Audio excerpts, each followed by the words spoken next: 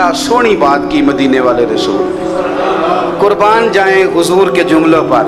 ایک شخص نے پوچھا حضور سونا اسلام کون سا ہے، خوبصورت مسلمان کون ہے؟ تو نبی پاک صلی اللہ علیہ وسلم نے فرمایا وہ خوبصورت مسلمان ہے جو بات اس کے مقصد کی نہیں، بے معنی ہے وہ بات وہ چھوڑ دے۔ بے مقصد باتوں سے الجھنا جو بندہ چھوڑ دے وہ مسلمان بڑا سونا مسلمان ہے۔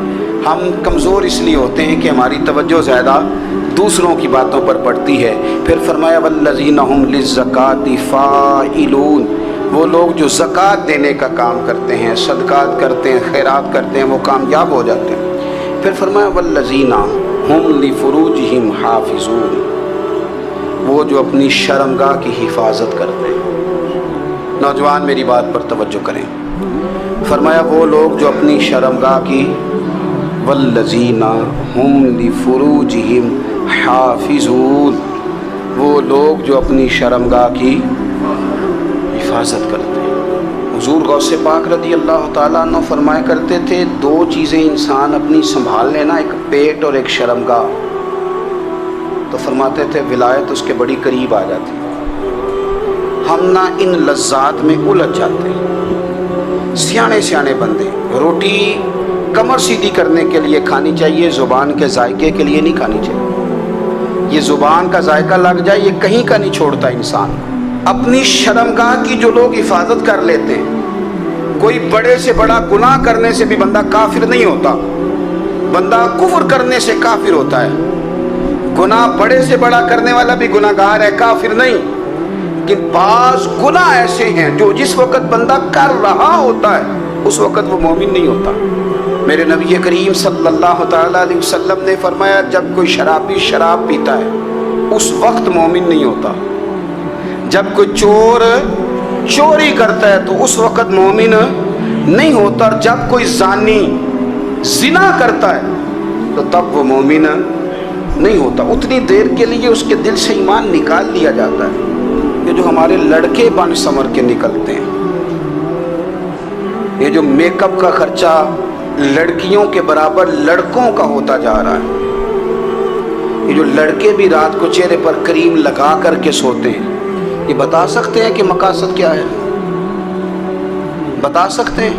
یعنی بچے بھی بغیر شیمپو کے بال نہیں دھوتے، مثلا کیا کرنا ہے آپ نے اس کا؟ بڑی بڑی قیمتی چیزیں جو ہیں وہ آپ نے رکھی ہوئی ہیں، مقصد کیا ہے؟ یہ جو ہمارے بچے بن سنور کے نکل رہے ہیں تو کیا دعوت دے رہے ہیں سوسائٹی کو؟ شارٹ نکرے پہن کے جو نکلے ہوئے ہیں، اریاں لباس پہن کے نکلے ہوئے ہیں۔ اقبال نے کہا تھا دیار مشرق حوث میں غلطاں، شباب اریاں شراب اسیاں، جسے بھی دیکھو غری کے اسیاں، ہم ایسی تہذیب کیا کریں گے؟ شباب اریاں، تم نے اپنی جوانی ننگی کر ڈالی ہے ساری معاذ اللہ۔ کن مقاصد کے لیے میں وہ اعداد و شمار بتا نہیں سکتا۔ ہمارے ہاں گند سستا ہو گیا ہے، لوگوں نے گناہ تک پہنچنا آسان بنا دیا ہے۔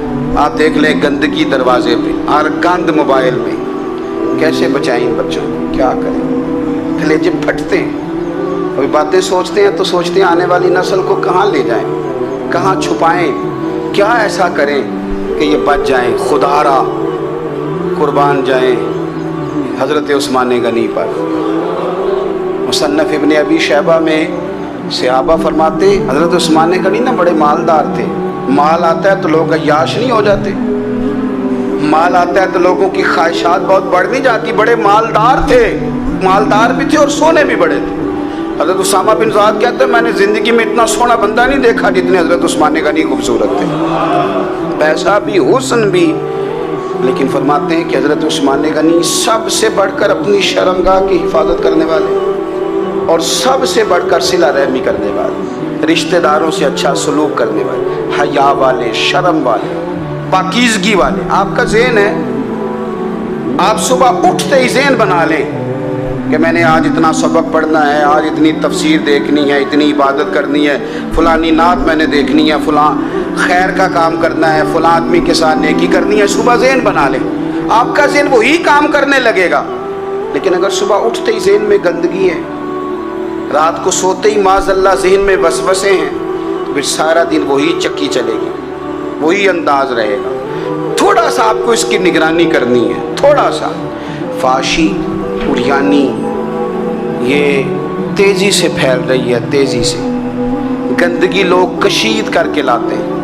اور حیا کا مطلب صرف اتنا ہی نہیں ہے آپ زنا اور بدکاری سے بچیں، آپ اپنی زبان کو بھی حیا والا بنائیں۔